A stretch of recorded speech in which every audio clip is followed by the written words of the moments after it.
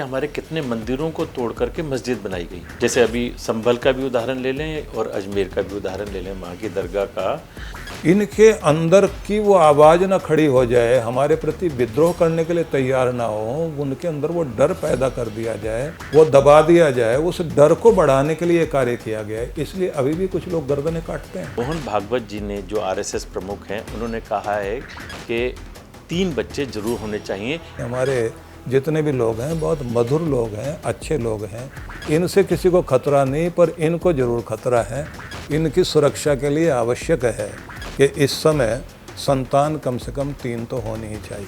पर जी वैसे भी जब हम जनसंख्या इम्बैलेंस की बात देखते हैं तो आप देखो, जो आज़ादी के समय हिंदू मुस्लिम का जो रेशो रहा होगा, आज वो कितनी बुरी तरह से बिगड़ चुका है। वो लोग जो है जिस तरह से योजनाबद्ध तरीके से कार्य कर रहे हैं, उसका परिणाम ये है कि भारत की नहीं अनेक देशों की जो स्थितियां हैं वो बिगड़ गई हैं, सामाजिक स्थितियां बिगड़ गई हैं। महाराज श्री, जैसे हम देख रहे हैं कि धीरेन्द्र शास्त्री जी की ओर से एक यात्रा निकाली गई है। ये हिंदुओं को जोड़ने के लिए एक यात्रा निकाली गई है, हिंदू राष्ट्र के लिए वो मांग कर रहे हैं, जिसमें कई और संत भी हैं जो उनका साथ दे रहे हैं, उनके साथ इस यात्रा में शामिल हो रहे हैं।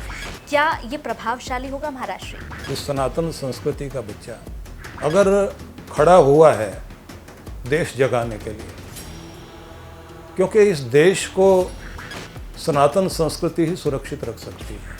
ये हिंदू राष्ट्र है, गर्व से कहो हम हिंदू हैं, ये नारा तो चल रहा था। नमस्कार दोस्तों, हमारी महान भारतीय संस्कृति अपने आप में ज्ञान का विशाल समुद्र है, जिसमें गीता, रामायण, वेद, महाभारत सभी का ज्ञान छिपा हुआ है। लेकिन यदि हम उसको पढ़ना शुरू करेंगे तो शायद पूरा जीवन छोटा पड़ जाएगा। तो अब हल क्या है?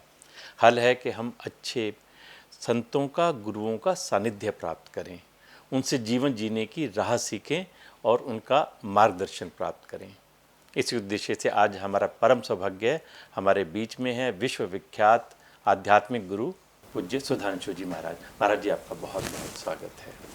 महाराज जी, आपको हम सुनते रहते हैं यूट्यूब के माध्यम से, चैनल्स पर, और मेरा तो परम सौभाग्य है कि आपके साथ मैं पिछले 30-35 वर्षों से जुड़ा हुआ हूँ। हमारे दर्शक भी आपका मार्गदर्शन समय समय पर प्राप्त करते रहते हैं। आज हम आपसे गुफ्तगू करेंगे। मेरे साथ मेरी सहयोगी हैं कंचन। बहुत बहुत स्वागत है महाराज श्री आपका। अहो सौभाग्य मेरे कि आपके दिव्य दर्शन मुझे हो रहे हैं। बहुत ही बहुत स्वागत आपका। बहुत बहुत आशीर्वाद, शुभकामनाएं, और सभी दर्शकों के लिए भी मेरी बहुत मंगल कामनाएं हैं। और साधना जिस प्रकार से अपने सोपान चढ़ते हुए एक आदर्श स्थिति में आते हुए दिखाई दे रहे हैं और समाज का मार्ग प्रशस्त कर रहे हैं, इसके लिए बहुत बहुत बधाई। धन्यवाद महाराज जी। महाराज जी, आध्यात्मिक बातें हम बाद में करेंगे, पहले हम कुछ सामयिक विषयों पर चर्चा करना चाहेंगे। हम जानना चाहेंगे आपके विचार क्या हैं। सबसे पहले बातचीत की शुरुआत करते हैं। जो अभी जनसंख्या नियंत्रण कानून देश में लागू है, लेकिन मोहन भागवत जी ने, जो आरएसएस प्रमुख हैं, उन्होंने कहा है कि 3 बच्चे जरूर होने चाहिए यदि हमें अपने देश को बचा करके रखना है, अपनी संस्कृति को बचाना है, अपनी भाषा, खान पान और अपने क्षेत्रीय पहचान को अगर हमें बचाना है तो 3 बच्चे होने चाहिए। क्या कहना चाहेंगे? देखिए, इसमें एक प्रश्न ये आता है कि जो हमारी भौगोलिक स्थिति है और हमारी आर्थिक स्थिति है और हमारा जो सामंजस्य है वो बिगड़ता है। ये प्रश्न अधिकांश रूप से लोग उठाते हैं, लेकिन जहाँ तक मैं देखता हूँ कि हिंदू समाज के जितने भी युवा हैं, पढ़े लिखे हैं, काम करना जानते हैं, स्किल है उनके पास में, और देश विदेश में बहुत बड़ा काम कर रहे हैं। अगर किसी के 3 बच्चे होते हैं या 5 बच्चे होते हैं तो ऐसा नहीं है कि कोई आर्थिक स्थिति ठीक हो जाएगी। ये तो हिंदू समाज एक ऐसा समाज है, जहाँ भी जाएगा वहाँ मधुरता ही लाएगा। इस देश में भी, बाहर भी, दुनिया के कोने कोने में जाएंगे। इसलिए अगर आपके बच्चे 3 नहीं 5 भी हों तो भी कोई ऐसी दिक्कत नहीं है कि इस पृथ्वी पर कोई भार पड़ जाएगा। बहुत सारी दुनिया में हमारी ज़रूरत है। भारतीय लोग बाहर भी जाने चाहिए और अपने देश में भी एक शक्ति बनने चाहिए। और जो एक बात डॉक्टर मोहन राव भागवत जी की है, उस संबंध में मैं इतना ज़रूर कहूँगा कि दूरदर्शी हैं, चिंतक हैं, और वो इस बात को देख रहे हैं कि इस समय अगर हम अपने राष्ट्र को सुरक्षित रखना चाहते हैं अनेक अनेक भाषाओं को बोलने वाले, अनेक अनेक पंथ, संप्रदाय, विचारधारा, संस्कृतियों वाले लोग भारत में रहते हैं और एक बहुत बड़ा लोकतंत्र हमारे देश का दिखाई देता है। और इस लोकतंत्र को अगर सुरक्षित रखने में महती भूमिका जिनकी है तो ये हिंदू समाज की है। और ये जिस तरह से इनकी जनसंख्या घटती जा रही है और जिस तरह से ये लोग जो है, अब दो की बात तो क्या है, ये तो एक पर आ रहे हैं और एक पर आते आते भी वो स्थिति आ रही है कि विवाह भी करने को तैयार नहीं है। तो ऐसी स्थिति में अगर हम आज कोई चीज़ के लिए कह रहे हैं तो कल से ही कोई शुरू नहीं हो जाएगा। एक मनोभावना बनाने की आवश्यकता है और ये सामंजस्य लाने के लिए ये शक्ति बढ़ानी पड़ेगी। क्योंकि अगर हम लोग इस बात पर ध्यान देंगे कि हिंदू समाज में परिवारों में 3 बच्चे अगर होते हैं तो निश्चित रूप से कोई आर्थिक रूप से या सामाजिक रूप से स्थिति खराब नहीं होगी, बेहतर होगी। बस इतना ही है कि चाय थोड़ी फीकी है, थोड़ी और मीठी हो जाएगी। हमारे जितने भी लोग हैं बहुत मधुर लोग हैं, अच्छे लोग हैं, इनसे किसी को खतरा नहीं, पर इनको ज़रूर खतरा है।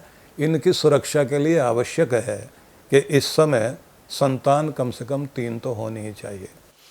महाराज जी, वैसे भी जब हम जनसंख्या इम्बैलेंस की बात देखते हैं तो आप देखो जो आज़ादी के समय हिंदू मुस्लिम का जो रेशो रहा होगा, आज वो कितनी बुरी तरह से बिगड़ चुका है। उस टाइम शायद 2-3% मुसलमान थे और आज 22-23% मुसलमान हैं।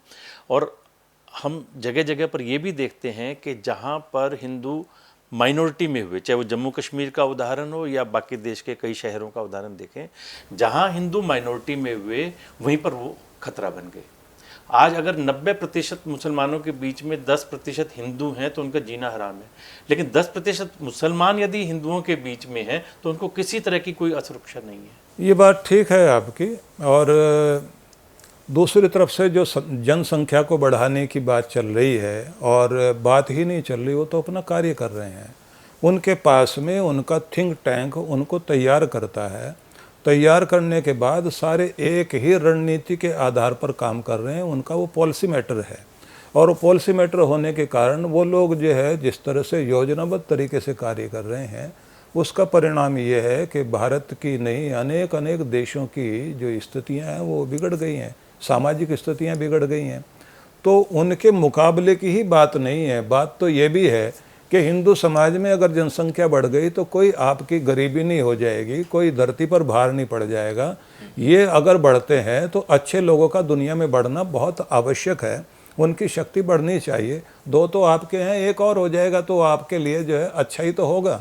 तो ये स्थितियाँ ठीक ही करेंगे, क्योंकि हम मुकाबले पर वो जो है हम 3 करेंगे वो 30 करेंगे और उसके बाद में हम आगे 100 करेंगे। बात इतनी नहीं है, हमारी वो शक्ति ज़रूर बढ़नी चाहिए, सामंजस्य बढ़े और ये अच्छे लोग जो है भारत की भी शान बढ़ाएं, विश्व की भी शान बढ़ाएं।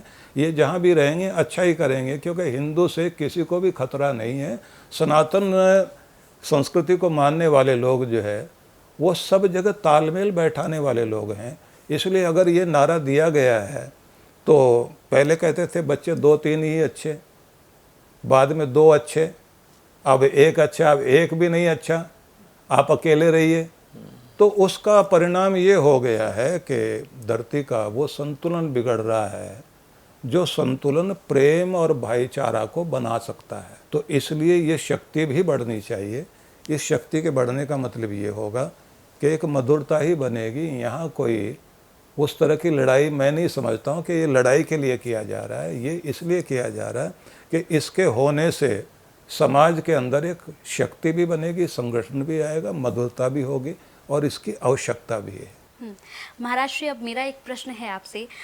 जैसे अभी बात हो रही थी कि यहाँ पर हमारे भारत में जो मुसलमान लोग हैं वो खुलकर सांस ले पाते हैं, वो खुलकर रह पाते हैं, लेकिन उसके बाद भी महाराज श्री हम देखते हैं कि कई जो हमारे राजनीतिक लोग हैं, जो हमारे नेता हैं, वो कहते हैं कि यहाँ पर एक समुदाय, मुस्लिम समुदाय को जो है खुलकर रहने नहीं दिया जाता है, उनके साथ शोषण किया जा रहा है और उनको दबाया जा रहा है। फिर भी इस तरह की बातें हो रही हैं हमारे भारतवर्ष में। देखिए, इसमें एक ही बात सोचने की है कि एक वोट बैंक, सदा हुआ बैंक, एक शक्ति जो वोट बैंक की बन गई है, उसके गीत गाने ही पड़ेंगे।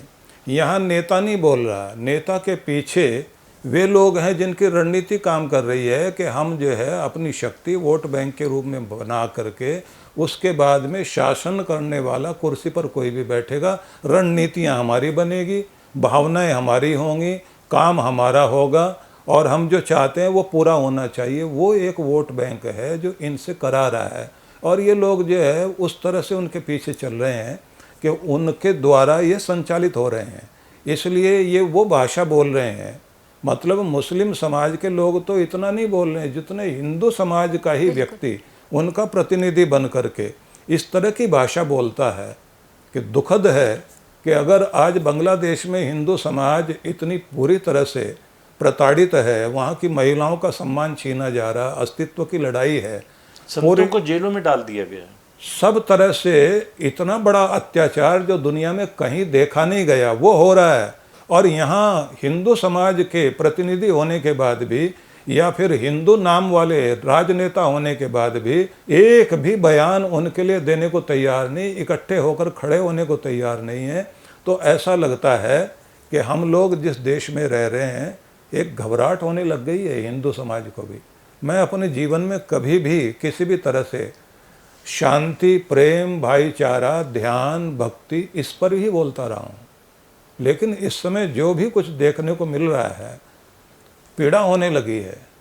हम लोग भाईचारा को बनाने के लिए इतना इतना प्रयत्न करते रहे हैं, अभी भी हम भाईचारा बनाना चाहते हैं और भाईचारा की तरफ चलना चाहते हैं, लेकिन इतना तो सोचना पड़ेगा कि अपना अस्तित्व तो बचाना पड़ेगा, अपनी अस्मत बचानी पड़ेगी, अपनी पगड़ी बचानी पड़ेगी, अपना देश बचाना पड़ेगा, मानवता को बचाना पड़ेगा।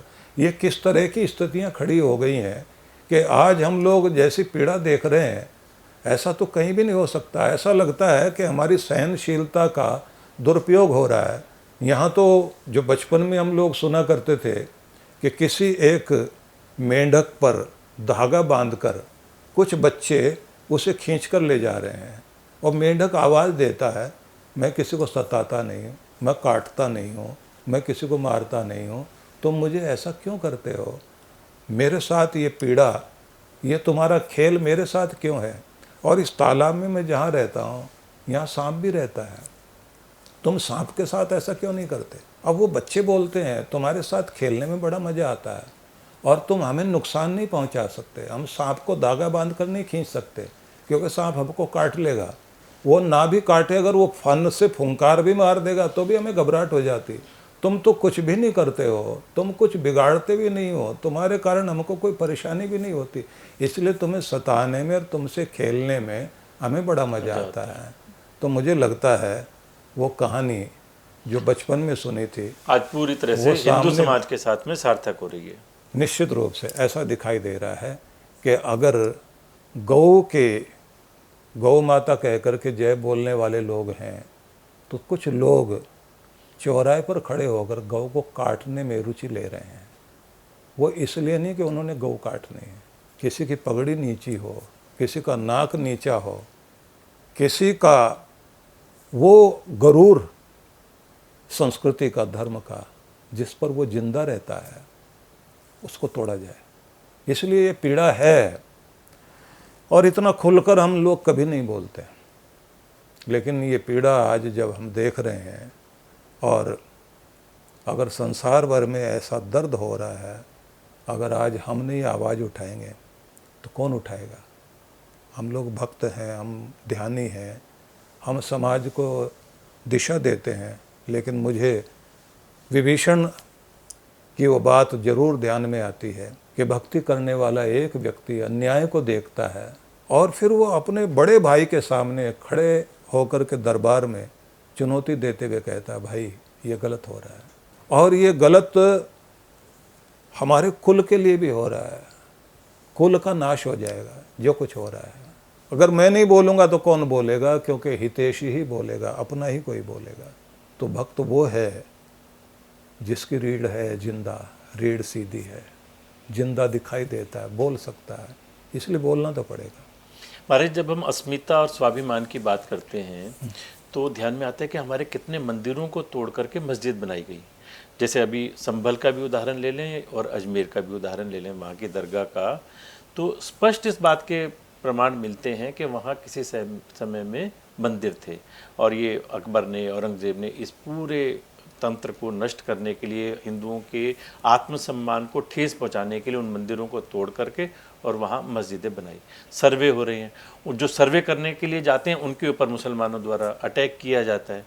तो आपको लगता है कि क्या करना चाहिए हिंदू समाज को? देखिए, 700 वर्षों तक अगर उन लोगों ने राज किया है जिन्होंने मस्जिदें बनाई हैं और मंदिर तोड़े हैं, तो वहाँ एक बात उनके सामने थी, हिंदू राजाओं की मूंछ को नीचा किया जाए, उनकी पगड़ी को नीचा किया जाए। वो लोग जहाँ जाकर सिर झुकाते हैं उस जगह को, जिनके सामने सिर झुकाया जाए, उनको तोड़ा जाए।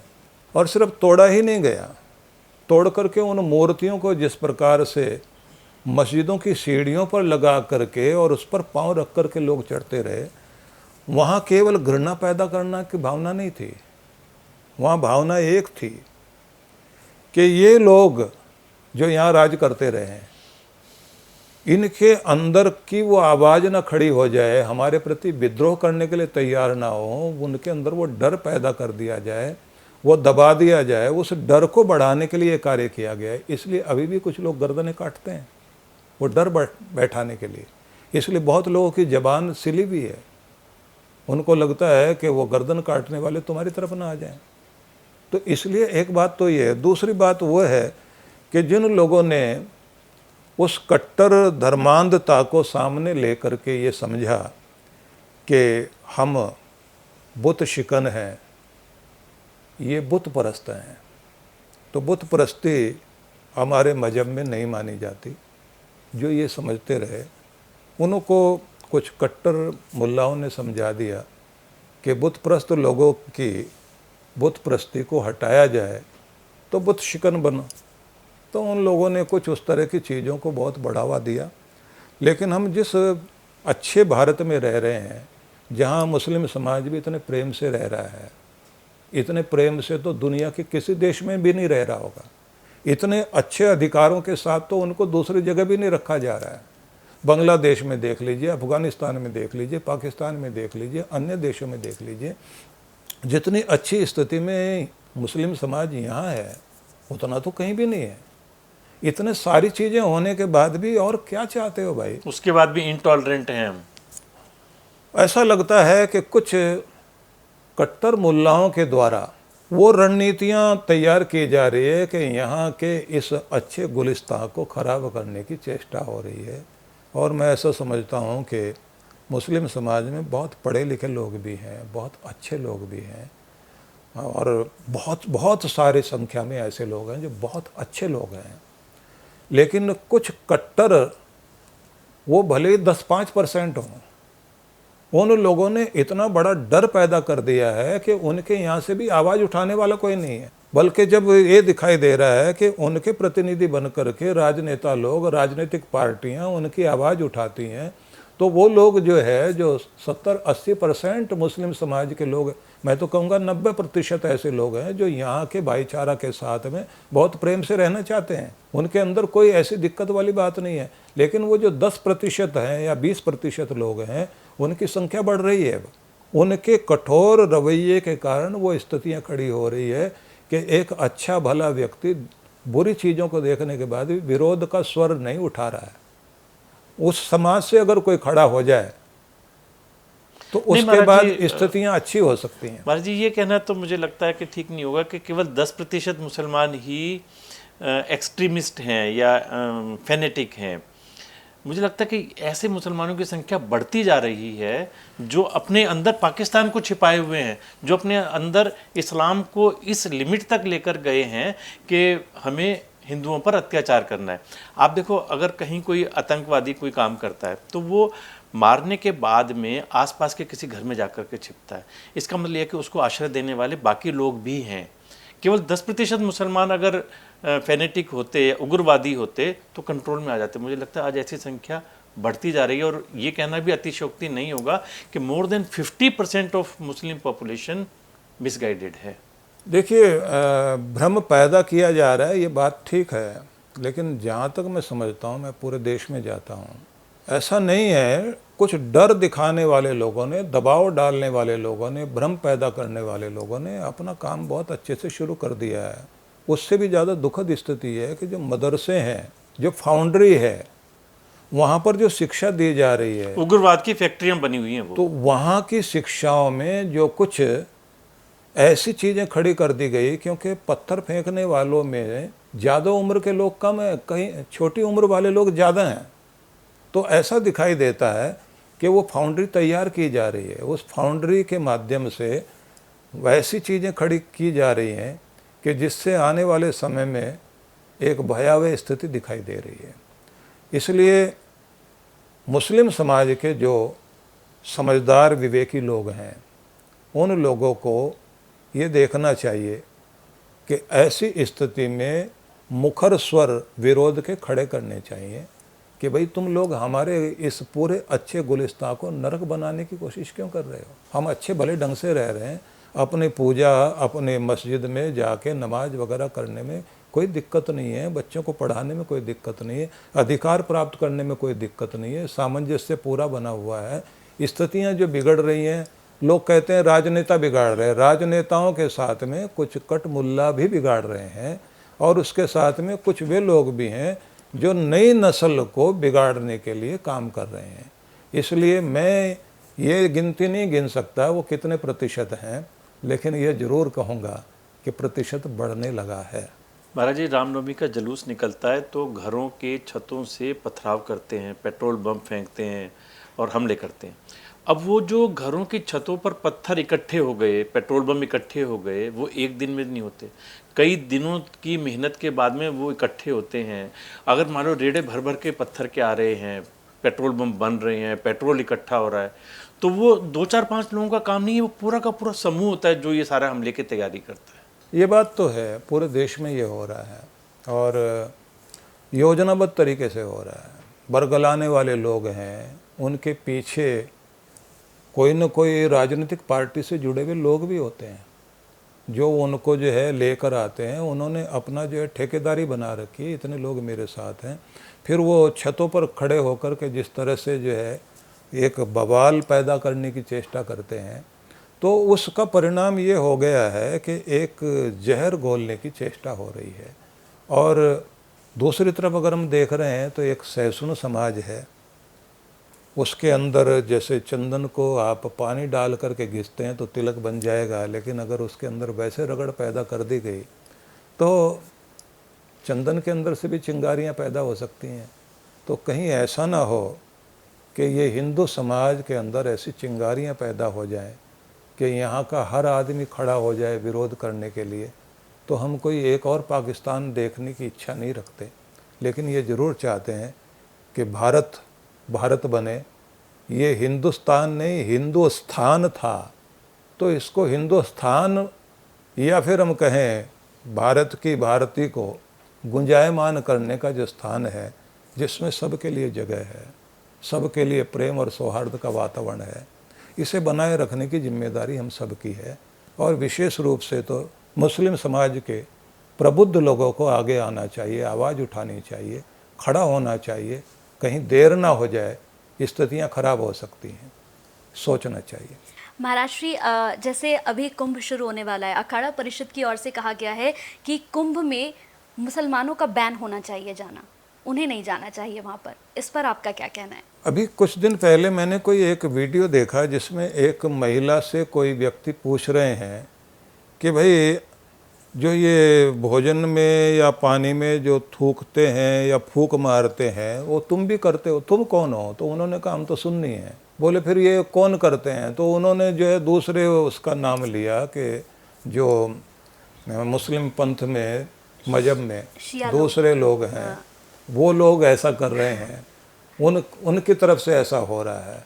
तो ये ऐसा मैं समझ रहा हूँ कि कोई भी वर्ग है इनमें, क्योंकि मुस्लिम समाज में भी बहुत सारे लोग बोलते हैं 32 फ़िरके हैं, बहुत सारी जातियाँ हैं उनमें भी, लेकिन जो भी उनमें ऐसा कर रहा है उसके कारण एक बात ज़रूर हो गई है कि अब सीधे सीधे बोला जाना शुरू हो गया है कि कुंभ जो है जिसमें सबका स्थान था, अब वहाँ हिंदुओं का स्थान है, हिंदू पूजा के लिए है, हिंदू अपनी आस्था के लिए वहाँ जा रहे हैं, तो वहाँ दूसरे का क्या काम, दूसरे वहाँ क्या करेंगे। और अगर जाएंगे तो कहीं अगर उन्होंने ऐसी कोई हरकत कर दी तो पूरा सौहार्द बिगड़ने के साथ साथ देश के अंदर दंगे खड़े हो जाएंगे। इसलिए जाना ही नहीं चाहिए, और बल्कि गवर्नमेंट को कठोर होकर के बोलना चाहिए कि भाई हम लोग स्थान नहीं देंगे। उनके जाने का उद्देश्य यही है, वहाँ का माहौल ख़राब करना। अब जैसे गुजरात में नवरात्र के दिनों में दांडिया में मुसलमानों का प्रवेश बैन कर दिया, बहुत अच्छा रहा। जगह जगह यूपी में जितने रेस्टोरेंट्स, होटल जो मेन रोड पर बने हुए हैं, वहाँ पर जो योगी सरकार ने कहा कि उनको नाम लिखना पड़ेगा अपने प्रोप्राइटर का, उसके पीछे उद्देश्य यही था कि हमें ऐसे लोगों से सावधान रहने की ज़रूरत है। और महाकुंभ जैसे स्थान पर तो करोड़ों लोगों ने आना है, वहाँ पर अगर ये लोग आकर के थोड़ी बहुत भी हरकतें करेंगे तो उसका बहुत बड़ा असर पड़ने वाला है। शायद कुछ लोग माहौल बिगाड़ना चाहते हैं और शरारत करना चाहते हैं, इसलिए कुछ इस तरह की चीज़ है। लेकिन पहले ऐसा होता था कि जो कारीगर लोग हैं, गरीब लोग हैं, वो लोग जा कर के वहाँ जो टेंट लगते थे, वहाँ जो कुछ चीज़ें बनती थी, उसमें कारपेंटर का काम करते थे, कोई दूसरी मजदूरी करते थे। उनका भी हक छीन लिया इन लोगों ने। जो कट्टरवादी और शरारत करने वाले तत्व हैं, इनका प्रभाव ये है कि राजनीतिक रोटियां सेकने वाले पार्टियों का तो लाभ हो जाएगा, लेकिन गरीब के ऊपर मार पड़ रही है। फल बेचने वाले हैं, सब्जी बेचने वाले लोग हैं, जो ऐसे लोग हैं जो स्किल डेवलपमेंट वाले कोर्स करके जो लोग जो है घरों के अंदर रिपेयर का काम करते थे, वो लोग घरों में आते थे। अब लोग जो है ये देखने लग गए हैं कि ये व्यक्ति हिंदू है या मुस्लिम है या कौन आदमी है, क्यों घबराहट हो गई है। तो कुछ लोगों के कारण जो है गरीब लोगों के ऊपर मार पड़ रही है, जबकि कभी भी ये भेद नहीं था। घरों के अंदर सभी लोग आते जाते थे। और गांव में तो जो है अभी भी मैं देखता रहा हूँ कि चाहे मुस्लिम समाज के लोग हैं या दूसरे समाज के लोग हैं, ताऊ चाचा कह कर के बोलते रहे हैं, उनको ऐसे बुलाते रहे हैं, रिश्ते दे कर के बात करते थे लोग। अभी ये जो है स्थितियाँ ऐसी हो गई कि कौन किसका सगा और कौन किसको दगा दे कर के खड़ा हो रहा है। तो माहौल बिगाड़ने के लिए ये जहाँ राजनीतिक पार्टियों का खेल है, वहीं साथ साथ में मुझे लगता है कि इसमें कोई विदेशी साजिश भी साथ में दिखाई देती है कि भारत को शांत नहीं रखा जाए। और जैसे मोदी जी के आने के बाद में भारत की आर्थिक स्थिति बहुत अच्छी हुई है, भारत का सैन्य बल बढ़ा है, भारत जो है बाहर से हथियार मंगाता था, अब हथियार जो है वो बेच रहा है, दुनिया के कई देशों को दे रहा है। आज हम लोग सैटेलाइट के जरिए जिस तरह से चांद सितारों तक पहुंच गए, मंगल ग्रह में मंगल कर रहे हैं, और कुछ लोग यहाँ दंगल करने के लिए लगे हुए हैं। लगातार जिनकी चेष्टा है कि भारत का विकास रुक जाए, प्रगति रुक जाए, सौहार्द रुक जाए, क्योंकि जहाँ जहाँ भी अशांति होती है वहाँ का विकास रुक जाता है। तो बहुत सारे लोग ये हैं कि खुद विकास में नहीं रहेंगे तो दूसरे को भी विकास नहीं करने देंगे। नरक वाला आदमी दूसरे को नरक में लाना चाहता है। तो ये कुछ लोग साजिश के तहत रणनीति अपना करके कोशिश कर रहे हैं कि भारत का माहौल बिगाड़ा जाए, और यहाँ के कुछ पिछलग्गू नेताओं का सहारा लेकर के, और जो ठेकेदार लोग हैं उनका सहारा लेकर के माहौल बिगाड़ने की चेष्टा हो रही है। इसको अगर समझा जाए तो मुझे लगता है मुस्लिम समाज के बहुत सारे लोग जो है वो आत्ममंथन करने के बाद चीज़ों को ठीक रखने में काम कर सकते हैं। इसलिए मैं तो कहूँगा कि आपस में ऐसी कोई शांति समितियाँ बन जाएं जहाँ बड़े लोग बैठकर टेबल के ऊपर कुछ विचार करें, भाई ये क्या हो रहा है, ऐसा नहीं होना चाहिए। साथ बैठें, कोई आपको किसी तरह का विरोध है, किसी चीज़ की आपको समस्या है तो बताओ, हम ठीक करते हैं। हमारा कोई आदमी गलत कर रहा है तो हम उसको समझाते हैं, तुम्हारा कोई आदमी गलत करता है तुम समझाओ, हम अपने सौहार्द को बनाए ना बैठ कर। लेकिन महाराज जी वो तो अपने लोगों को क्या समझा रहे हैं कि ये वक्फ बोर्ड है, ये ज़मीन हमारी हो गई। वक्फ बोर्ड के नाम पर लोगों की संपत्तियां लूटने की एक साजिश शुरू हो गई है। मैं ऐसा नहीं मानता। मैं ये मानता हूँ कि वक्फ बोर्ड पर कब्जा करने वाले कुछ निहित स्वार्थी लोगों का, ठेकेदारों का एक जमावड़ा है, वो टूटना चाहिए। अगर वो टूट जाता है तो उसके बाद में ये हर जगह, क्योंकि ये तो पार्लियामेंट के ऊपर बता दिया वक्फ बोर्ड की ज़मीन है, तो वो ठेकेदार हैं कुछ लोग, वो ठेकेदार जो वहाँ कब्जा करके बैठे हुए हैं, मुस्लिम समाज के गरीब बच्चों का हक भी छीन रखा है उन्होंने। जो पैसा और जो ज़मीन काम आती वहाँ के बच्चों को पढ़ाए रखने के लिए, उनके लिए हॉस्पिटल बनते, उनके विकास का कार्य होता, उनके स्किल डेवलपमेंट के लिए कौशल विकास की कोई योजनाएं चलती, तो कुछ लोगों ने कब्जा कर रखा है। इसलिए वो जो है बार बार में शरारत करते हैं, शोर मचाते हैं कि इस्लाम पर खतरा खड़ा हो गया है, सौहार्द बिगड़ गया, भाईचारा बिगड़ गया, गंगा जमनी तहजीब के ऊपर मुसीबत आ गई है। वो मुसीबत उनके ऊपर आई हुई है, गंगा जमनी तहजीब पर कोई मुसीबत नहीं है। इसलिए ये अब बात सामने आ गई है कि सनातन बोर्ड भी बनना चाहिए, इनके हक भी सुरक्षित होने चाहिए। हमारे मंदिरों पर दूसरे लोग जो है यहाँ का पैसा लेकर के और जहाँ लगा रहे हैं उसके बजाय हमारे डेवलपमेंट होने चाहिए, हमारे मंदिरों का डेवलपमेंट होना चाहिए। वहाँ पर जो संस्कृत पाठशालाएं बने, वहाँ हॉस्पिटल बने, वहाँ गरीब महिलाओं के विकास के लिए कार्य होना चाहिए। उसी के साथ में सनातन संस्कृति और सौहार्द को बढ़ाने के लिए कार्य होने चाहिए। इसलिए सनातन बोर्ड की जो डिमांड है वो जायज़ है, इस समय खड़ा होना पड़ेगा लोगों को। महाराज श्री, अब मेरा एक और प्रश्न है आपसे। जैसे हम यहाँ पर बात कर रहे हैं हिंदू और मुस्लिम को लेकर, एक सवाल है मेरा। लव जिहाद के मामले महाराज श्री लगातार बढ़े हैं। हमने 2024 में देखे कि इतने सारे लव जिहाद के मामले थे। श्रद्धा वालकर का एक मामला, उसके बाद हमने देखे कि कई मामले सामने आए, लेकिन इसे रोकने के बजाय इस समुदाय में कई ऐसे नेता हैं जो इसलिए उकसा रहे हैं, इसके लिए उन्हें भड़का रहे हैं कि नहीं ऐसा करना चाहिए। खुल के तो कोई नहीं भड़का रहा है, लेकिन ये योजनाबद्ध तरीके से काम किया जा रहा है। और ये केवल अब सामने आया है ना, क्योंकि मीडिया में चीज़ें आने लगी है, और कुछ दूसरा ये है कि शासन प्रशासन बदला है, इसलिए चीज़ें सामने आ रही हैं।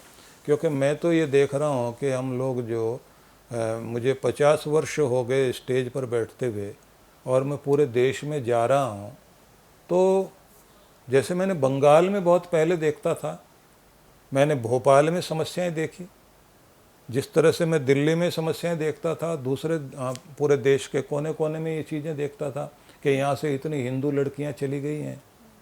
ये आज की बात नहीं है, 15-20 वर्ष पहले ये चीज़ें थी। और चलते चलते आज जिस तरह से कुछ लोग जो है अच्छी मोटरसाइकिलें ले रखी हैं, उन्होंने कान में बाली पहन रखी है, जो सुदर्शन व्यक्तित्व वाले बच्चे, स्मार्ट बच्चे हैं, उनको आगे किया हुआ है। वो जो है लड़कियों को बहका करके ले करके जाते हैं। फिर इधर जो है फिल्मों के माध्यम से दिखाया जाता है कि जो है हमारे जितने भी लोग, क्योंकि मैं उस पर खुल करके नहीं कहना चाहता, पर संकेत में ये ज़रूर कहना चाहता हूँ कि फिल्मों के माध्यम से भी हिंदू समाज को टारगेट किया जा रहा है।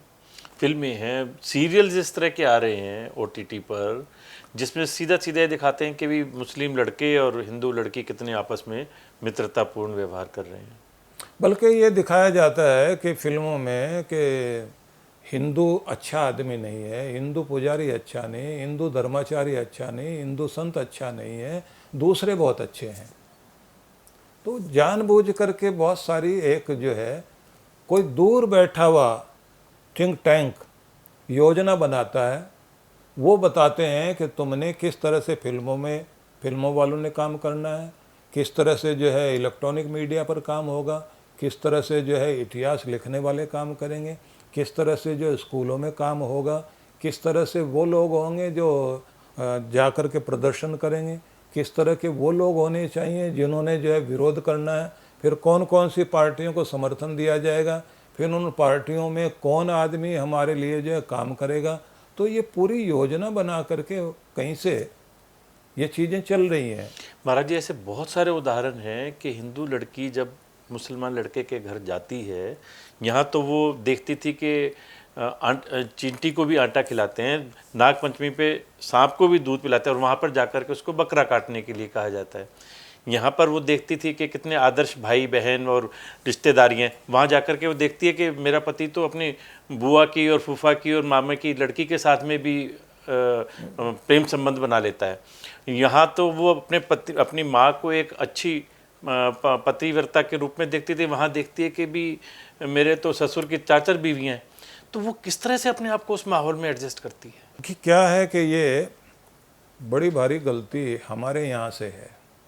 केरला स्टोरी फिल्म आई, उसकी कुछ क्लिप देखने को मिली। हाँ जी।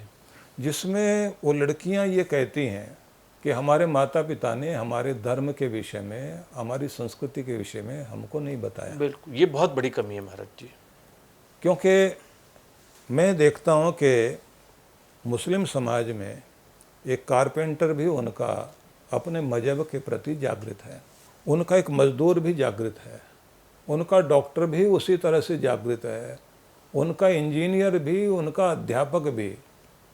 हमारे यहाँ अगर थोड़ा सा पढ़ लिख गया तो फिर ये सवाल आ जाता है, ये लोग तो इन मंदिर मस्जिद के झगड़े करते हैं, ये तो ये बात करते हैं। हम मंदिर मस्जिद के झगड़े की बात नहीं कर रहे हैं। हम अगर मंदिरों को सुरक्षित रखने की बात कहते हैं तो उसका मतलब ये होता है कि ये हमारी आस्था है, जहाँ हम सिर झुकाते हैं, जिसको लेकर के हम जीते हैं, जहाँ से प्रार्थना करने के बाद में हमारे मन के अंदर एक शांति आती है और हम सबके लिए मंगल कामना करते हैं। सर्वे भवन्तु सुखिनः का जो है उद्घोष वहाँ से होता है। तो इसलिए उसको अगर कोई तोड़ता है, उस पर चोट मारता है और उसके लिए हम लोग बोलते हैं हिंदू समाज को हिंदू समाज बनाए रखने के लिए। मुझे गांधी जी की वो बात ध्यान में आती है कि जिस समय वो प्रचार करते करते भारत को आज़ाद करने के लिए आंदोलन खड़ा कर रहे थे और यात्रा करते करते दक्षिण में पहुँचे, तो दक्षिण की एक यात्रा में एक दिन वो इतने थक गए कि रात्रि में जब वो सोने लगे तो उनका नियम था कि रात्रि में पहले प्रार्थना करके सोते थे।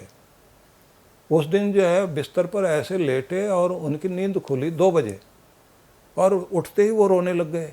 2 बजे उठे, माथा पीट रहे हैं, रो रहे हैं। तो उनके सहयोगी व्यक्ति भागते हुए आए, बापू क्या हुआ, रो क्यों रहे हो? बोले मैं प्रार्थना करना भूल गया हूँ।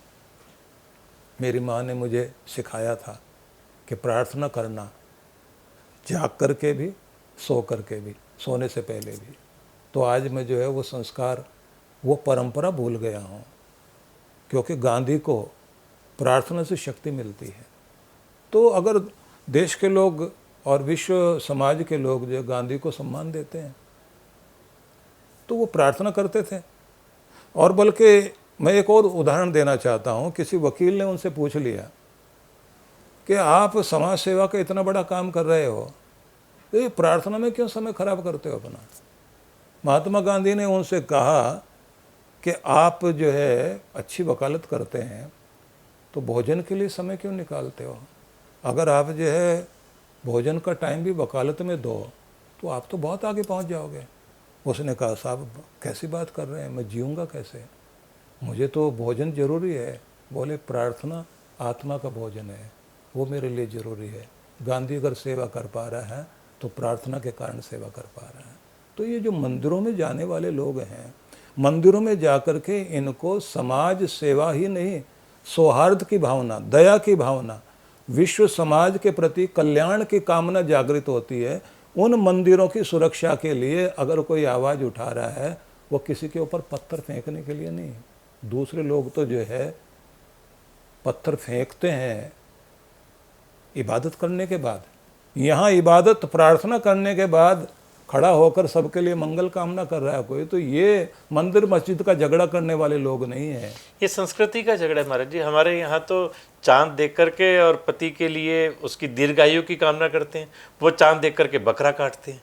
ये सभ्यता का फ़र्क है, ये संस्कृति का फ़र्क है, सोच का फ़र्क है। ये देखिए, मैं उस संस्कृति को बुरा नहीं कहना चाहता, उनकी अपनी सोच हो सकती है, लेकिन मैं ये ज़रूर कहना चाहता हूँ कि हमारी लकीर बहुत ऊंची है, लंबी है, बहुत मीठी है हमारी संस्कृति, लेकिन इस संस्कृति का प्रचार करने की आवश्यकता है। उनका तो प्रचार है, उनका प्रचार करने के लिए तो रात दिन लोग खड़े हुए हैं। हमारे यहाँ जो है जो हमारी कथाएं भी हो रही हैं, धार्मिक मनोरंजन बन गया है। नाच कूद कर घर चले जाइए अपने। कृष्ण भगवान की बांसुरी तक तो हम लेकर आ गए, लेकिन सुदर्शन चक्र वाले रूप को तो बता ही नहीं रहे हैं। बांके बिहारी की जय हम बोल रहे हैं, हमें बोलनी चाहिए, हमें पूजा करनी चाहिए, हमारे आराध्य कृष्ण हैं, लेकिन मुझे लगता है द्वारकाधीश की तरफ हमारा ध्यान ज़्यादा जाना चाहिए, जिन्होंने खंड खंड भारत को अखंड भारत बनाया। महाराज जी, आप अभी 4 दिन पहले ही द्वारिका से मेरे ख्याल 6-7 दिन का आपका मेडिटेशन कैंप था वहाँ पर, और बहुत अच्छे सफल कार्यक्रम आपके वहाँ हुए जो हमने समाचार पत्रों में और टीवी में भी देखा। उसके बारे में कुछ जानना चाहेंगे, धर्म और ये सामयिक विषयों से हट करके द्वारकाधीश के बारे में जानना चाहेंगे। देखिए, द्वारिका 5000 वर्ष पूर्व बना हुआ वो नगर है समुद्र के तट पर, जहाँ खंडित भारत को अखंड करने वाले और खंड खंड में प्रेम और सौहार्द उत्पन्न करने वाले भगवान श्री कृष्ण जहाँ विराजमान हुए, जिस भूमि पर बैठकर उन्होंने सुदामा जैसे गरीब के दुर्भाग्य को सौभाग्य में बदला, और जिस भूमि में 5 निर्वासित उन पांडवों को और उनके प्रतिनिधि अर्जुन को विजय का, सफलता का आशीर्वाद मिला और उनके जीवन में सुख सौभाग्य आया, केवल उन्हीं के जीवन में नहीं, जहाँ के कारण ये खांडवप्रस्थ नगरी जहाँ हम बैठे हुए हैं, ये इंद्रप्रस्थ बना, ये भारत की राजधानी, ये हृदय जो है भारत का, जहाँ से ये आशीर्वाद मिला वो द्वारका नगरी है। और द्वारकाधीश के प्रति हमारी श्रद्धा उस रूप में जागृत हो कि कृष्ण भगवान के उस स्वरूप को हम जरूर पूजें, जहाँ से हमें सुदामा जैसी मन स्थिति वाले लोगों को सुख समृद्धि प्राप्त होती है, और जहाँ से हमें ये संदेश मिलता है कि खंडित भारत को अखंड किया जा सके, जहाँ से हमें आशीर्वाद मिलता है कि कहीं ऐसे लोग जो दुर्योधन जैसे लोग हैं, कंस जैसे लोग हैं, उन लोगों के ऊपर धर्म का साम्राज्य स्थापित हो सके। तो धर्म की जय जहाँ हुई थी वो तो द्वारिका नगरी रही है। उस स्थान पर हम लोग 4-5 दिन रहे हैं और समुद्र तट पर बैठ कर के ध्यान साधना, यज्ञ हुआ और भगवान के दर्शन करने का सौभाग्य प्राप्त हुआ। और एक बहुत अच्छी बात मैंने वहाँ देखी जो मैं बताना चाहूँगा कि पहले जब मूल द्वारिका नगरी में जाते थे तो नौकाओं में बैठकर जाते थे और लोगों को बड़ी कठिनाई होती थी, लेकिन देश के यशस्वी प्रधानमंत्री, मैं तो कहूँगा लोकनायक हैं, वो विश्व वंद्य हैं, क्योंकि उन्होंने एक पुल बनवा दिया है। और उस पुल से हम लोग जब गए तो पूजा करने के बाद जब लौट रहे थे तो गुजरात की बहुत सारी महिलाएं अलग अलग ग्रुप बना करके पुल के ऊपर वो जो अपनी सांस्कृतिक परंपरा है गुजरात की, उस आधार पर वो नाच रहे हैं, गा रहे हैं। कोई ढोल नहीं बज रहा, वहाँ कोई साज नहीं बज रहा, वो अपने आप ही ऐसे गा रहे हैं। उनको देख करके आनंदित हुए हम लोग कि ये कृष्ण भगवान के सम्मुख अपने आप को उस तरह से प्रस्तुत कर रहे हैं कि तुम्हारा जो मधुर स्वर है वो हमारे हृदय में गूंजे। क्योंकि कभी मेवाड़ की महारानी उस रेगिस्तान को पार करके वहाँ पहुँची थी, और समझिए कि उस समय समुद्र को पार करके और द्वारकाधीश के मंदिर तक पहुँचना आसान नहीं था, जहाँ बैठ कर के उन्होंने अपने कृष्ण के गीत गाए और जहाँ वो समाहित हो गई। तो वो भूमि अद्भुत भूमि है, और उसके लिए पुल बना करके जिस तरह से वातावरण बनाया है और एक स्वच्छता दिखाई देती है, तो इसके लिए मैं अपने देश के प्रधानमंत्री को बहुत बधाई देना चाहता हूँ, क्योंकि उन्होंने देश के हृदयों में जो भावनाएं जागृत होती हैं, आस्था है, उस आस्था को सम्मान दिया। देखो, इस सरकार की ये तो बहुत बड़ी उपलब्धि रही है कि जो हमारे हिंदू तीर्थ स्थान है, चाहे वो केदारनाथ हो या वाराणसी है, अयोध्या है, उज्जैन है, इन सबको इतना सुंदर बना दिया है और उनको एक तीर्थ स्थान के साथ साथ एक पिकनिक स्पॉट की तरह से भी बहुत उसका उद्धार किया और बहुत सुविधाजनक बना दिया है। नहीं, पिकनिक स्पॉट नहीं कहेंगे, पर्यटन स्थल के रूप में हाँ जी, विकसित करने के साथ में आस्था का केंद्र इस तरह से उन्होंने, क्योंकि नरेंद्र भाई मोदी गुजराती हैं, तो गुजराती लोग जो व्यापार को भी बहुत अच्छे से समझते हैं, तो उन्होंने इस बात को भी ध्यान में रखा है कि जहाँ आस्था का केंद्र जो है वो पूजा के लिए तो हो, लेकिन उससे देश को आर्थिक समृद्धि भी प्राप्त हो। ये जो घूमने के लिए लोग इधर उधर जाते हैं और कुछ लोग जो विदेशों में चले जाते हैं, अब विदेश के लोग भी भारत में आ रहे हैं, आप सोच लीजिए कि जिस तरह से अयोध्या में इतने लोग आ रहे हैं, और जो अयोध्या में आते हैं उनकी चेष्टा होती है काशी में ज़रूर जाना है, बनारस में ज़रूर जाना है, वहाँ जा कर के जो है काशी विश्वनाथ के दर्शन प्राप्त करेंगे, तो वो आनंदित होते हैं। लोगों की इच्छाएं हो गई हैं कि केदारनाथ जाने की। अब जो है इधर नया कॉरिडोर, जैसे जो है भगवान का उज्जैन में महाकाल का इतना सुंदर बना दिया है, और पीछे शिवराज चौहान ने भी ओंकारेश्वर को सुंदर बनाने के लिए अपनी सरकार की तरफ से बहुत अच्छा कार्य किया वहाँ पर। तो अब ये लग रहा है कि पूरे देश में घूमने के लिए, देखने के लिए क्या, तो पहले लोग जो है कहीं इधर पिकनिक स्पॉट में जा कर के शराब पी करके घूम लिए और कुछ और चीज़ें कर ली। अब जो है धार्मिक आस्था के केंद्र में लोग आ रहे हैं, यहाँ की संस्कृति से परिचित हो रहे हैं।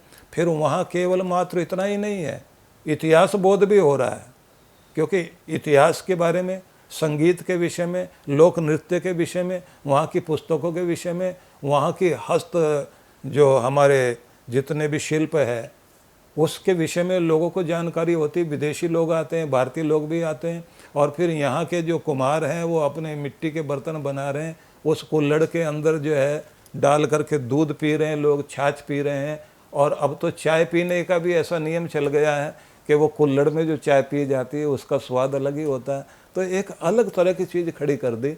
तो इसलिए नरेंद्र भाई मोदी ने एक कार्य तो बहुत बड़ा किया है कि आस्था के केंद्र को केवल मात्र आस्था का केंद्र ही नहीं रहने दिया, उसको एक नया रूप दिया। बल्कि मैं आपको बताऊं, मैं सोमनाथ जो हमारा पहला प्रथम ज्योतिर्लिंग है वहाँ दर्शन करने के लिए गया। वहाँ मैंने एक चीज़ बड़ी अद्भुत देखी, क्योंकि नरेंद्र भाई मोदी जो है वहाँ के ट्रस्ट के अध्यक्ष हैं।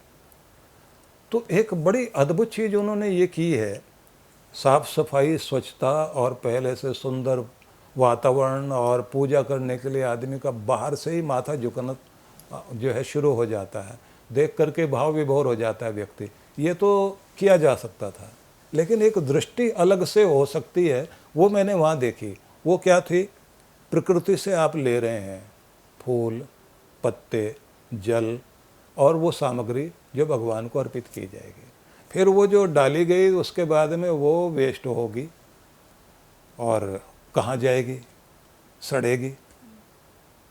उन्होंने क्या किया, उस जल को ऐसा सुंदर फिल्टर करा करके उसको वहाँ का सोमनाथ की गंगा बना करके बोतलों में देना शुरू कर दिया कि ये भगवान शिव का प्रसाद है, श्रद्धा वाले ले जा रहे हैं।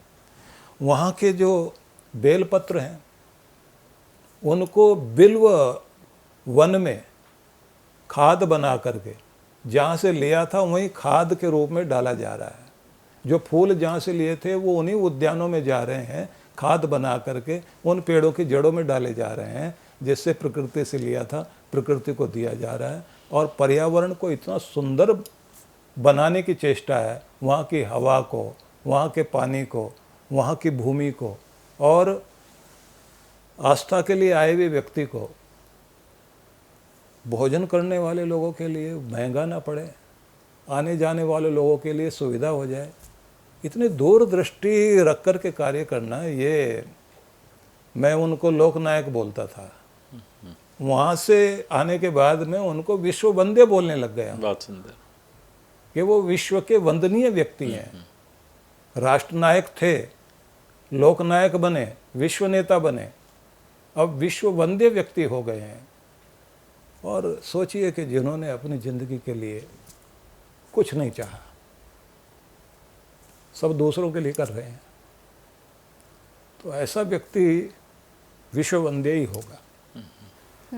महाराज श्री, जैसे हम देख रहे हैं कि धीरेन्द्र शास्त्री जी की ओर से एक यात्रा निकाली गई है, ये हिंदुओं को जोड़ने के लिए एक यात्रा निकाली गई है, हिंदू राष्ट्र के लिए वो मांग कर रहे हैं, जिसमें कई और संत भी हैं जो उनका साथ दे रहे हैं, उनके साथ इस यात्रा में शामिल हो रहे हैं। क्या ये प्रभावशाली होगा महाराज श्री?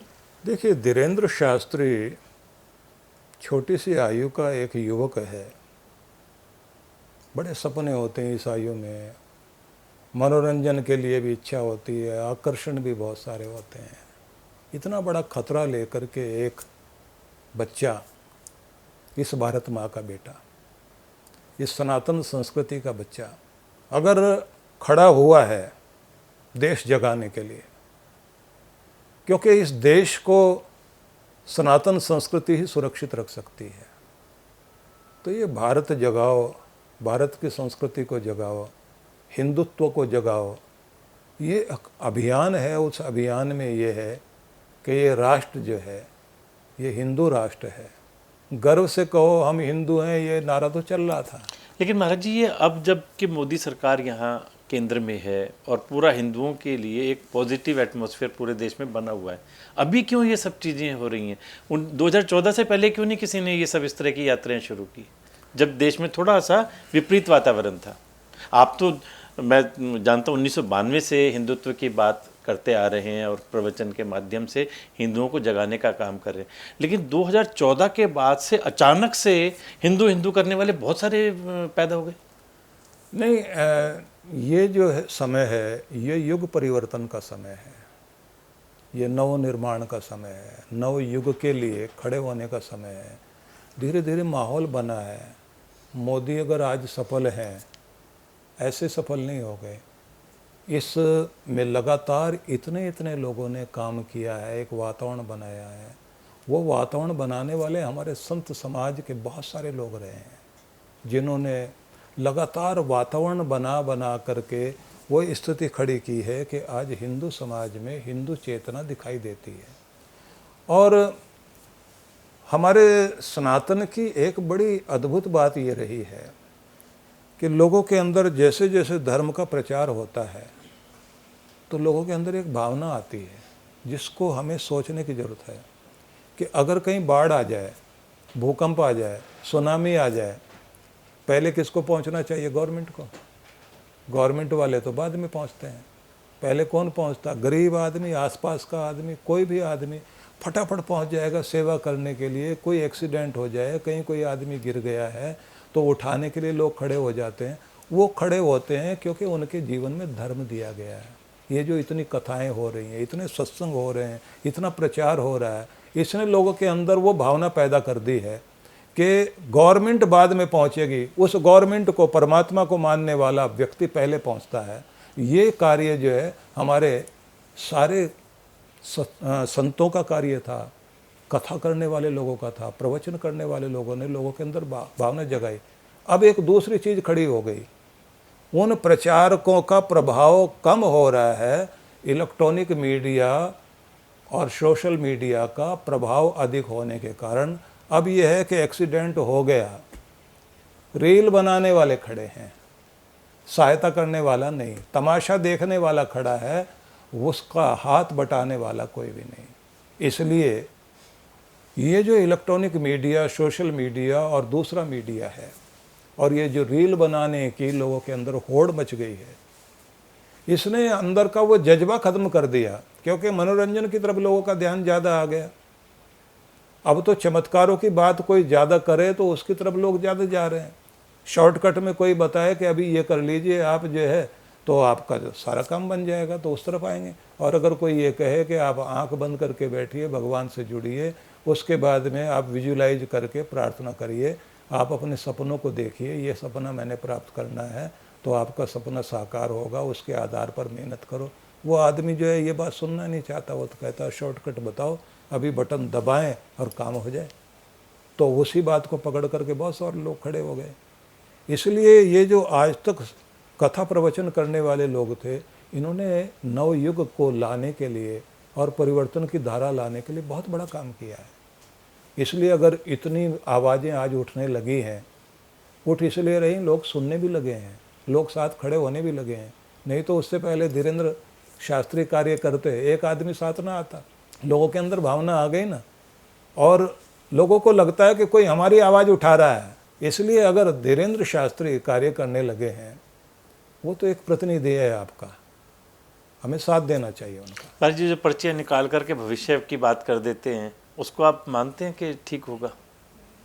नहीं, देखिए, इतना तो मानना पड़ेगा कि उन्होंने अपने गुरु से जो कृपा प्राप्त की है, वो कृपा तो उनके पास है। क्योंकि हम लोग हिमालय के योगियों से मिलते रहे, साधना करते रहे, हम लोगों ने वो सारी चीज़ें देखी हैं। हाँ, हमारे सदगुरु ने हमको ये कहा था कि साधारण बन के रहो, चमत्कारों के पीछे नहीं दौड़ना। और किसी का भला हो जाए तो छाया को भी नहीं पता लगना चाहिए कि ये तुम्हारी वजह से हुआ। सीधा अपने से न जोड़ करके अपने परमात्मा से जोड़ो। अपने आश्रम का रास्ता नहीं दिखाना, भगवान का रास्ता दिखाना। गुरुओं के आदेश थे, पालन कर रहे हैं, लेकिन वो अपनी विद्या से लोगों के अंदर ये विश्वास पैदा कर रहे हैं कि हनुमान शक्ति है और वो मेरे पास है। मेरे पास नहीं, सबके पास है। वो ये कहते हैं नाम जपो, नाम जपने से जागेगी वो। मैं दे रहा हूँ इसलिए नहीं, क्योंकि दूसरे वो लोग हैं जो पानी फूंक करके कहते हैं कि जाओ कल्याण हो जाएगा। वो इस तरह का कोई पानी नहीं फूंक रहे हैं। कुछ चीज़ें होती हैं सुधार की, समय के साथ होंगी, उसके लिए हम निर्देश नहीं करेंगे, क्योंकि उत्साह नहीं तोड़ना चाहिए, हमें उत्साह बढ़ाना चाहिए। लेकिन महाराज श्री हम देखते हैं कि इसी समाज के जो लोग हैं, कई संत उनको टारगेट करते हैं इसके लिए, कहते हैं कि ये कुछ नहीं है, वो लोगों को सिर्फ बरगलाने का काम करते हैं। इसी समाज के कई लोग उन पर कटाक्ष भी करते हैं। देखिए, शुरुआत में मैंने स्वयं, ये मैं आपको बताना चाहता हूँ कि लगभग 88 से लेकर के और 94 तक मैंने कई सारे जादूगर, साइंटिस्ट अपने साथ खड़े किए हुए थे।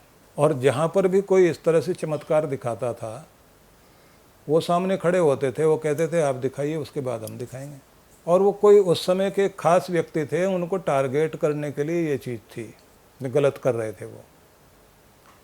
लेकिन जब उन्होंने, सज्जन ने भी सेवा के मार्ग को बहुत अच्छे से अपनाया, तो हमने अपना वो मार्ग बंद कर दिया। क्योंकि हम खुद भी एक तरफ अगर समाज में जन चेतना जागृत करने के लिए वेद है, उपनिषद है, गीता है, रामायण है, सूत्र ग्रंथ है, नीति ग्रंथ हैं, हमारे उपनिषद हैं, संतों की वाणी है, उस सब पर हम लोग संदेश देते हैं। लेकिन दूसरी तरफ हम क्या कहते हैं कि एक तरफ सत्संग चले, साधना चले, दूसरी तरफ आपकी सेवा चलनी चाहिए। इसलिए हम लोगों ने गुरुकुल खोले, अनाथालय खोले, आदिवासियों के बीच में जाकर के स्कूल बनाए, भीख मांगने वाले बच्चे, कूड़ा कचरा बीनने वाले बच्चे, उनके लिए ज्ञानदीप विद्यालय खड़ा किया, 10 गौशालाएं पूरे भारतवर्ष में लगाई। वृद्ध लोग जो है, जो पीड़ित हो रहे हैं अपने बच्चों से, उनके लिए वृद्धाश्रम, और जो लोग अपने जीवन का सांध्य काल तपस्या में बिताना चाहते हैं, उनके लिए वानप्रस्थ आश्रम। बहुत सारे सेवा के कार्य शुरू किए। तो हर वो आदमी जो भगवान का भक्त है, उसकी भक्ति दया की तरफ जरूर जानी चाहिए, और दया आएगी तो सेवा करेगा। हम लोगों ने इस पर रुचि रखी है और उस पर हम चलते चले गए। और जो हम लोग विरोध कर रहे थे उस समय, बहुत सारे लोगों को लेकर के खड़े होते थे, दिखाओ चमत्कार, हमारा आदमी साथ में है, जो तुम करते हो उससे 10 गुना ज़्यादा करके दिखाएगा। क्योंकि हरिद्वार में रह करके हम लोग पढ़े भी हैं। और दुखद बात यह है कि मैंने हरिद्वार में आश्रम नहीं बनाया, क्योंकि उस समय मैं देख देख करके बहुत गुस्से में आ जाता था। मैंने देहरादून में आश्रम बना लिया जा करके, लेकिन वहाँ नहीं बनाया। हमारे पूरे देश में जहाँ जहाँ भी आश्रम है, उस समय मेरे मन में ये चीज़ें पीड़ा देती थी। लेकिन आज कोई भी आदमी अगर समाज के लिए बहुत अच्छा काम कर रहा है, तो हमें उसको समर्थन देना चाहिए और शक्ति बनना चाहिए। और जहाँ कहीं कोई ऐसी चीज़ें हैं, समय के साथ में अपने आप जो है वो सुधार होता चला जाता है। मुझे भी अपने में सुधार करना, दूसरों को भी सुधार करना चाहिए। महाराज जी, बहुत बहुत धन्यवाद। आपके साथ हमने सामयिक विषयों पर भी चर्चा की और धर्म पर भी। कार्यक्रम के अंत में हम आपसे केवल 2 मिनट का समय और चाहेंगे कि हम आंख बंद करके प्रभु का स्मरण करते हैं तो हम क्या प्रार्थना करें, कैसे प्रार्थना करें, कैसे उस प्रभु का धन्यवाद करें। सभी को परमात्मा की कृपाओं को याद करके धन्यवाद देना चाहिए कि मेरे जीवन में जो भी आज जो कुछ प्राप्त है, वो सब आपकी कृपा का फल है। आप ही मेरे संकट मोचक बनकर के मुझे सुरक्षित रखते रहे हैं। मैं आपके इस स्वरूप को भी प्रणाम करता हूँ प्रभु। और आपने वैद्यनाथ बनकर रोगों से, दुखों से मुझे बचाया। मैं आपके इस रूप को भी प्रणाम करता हूँ। आप करुणा निधान हो, अपने बच्चों पर करुणा करते हो। मैं उसके योग्य था भी नहीं, लेकिन आपकी करुणा हमेशा मेरे ऊपर बरसती रही। हे प्रभु, आप सबका कल्याण करते हो। मैं भी आपसे प्रार्थना करता हूँ, मेरा भी कल्याण हो, मेरे परिवार का भी कल्याण हो, और मैं इस संसार में जितना भी हो सके दूसरों का भला कर सकूं, कल्याण कर सकूं, और आपकी दया और प्रेम का प्रचार कर सकूं। मुझे आशीष दीजिए। ये प्रार्थना हमें सभी को निश्चित रूप से करनी चाहिए। बहुत प्रणाम महाराज।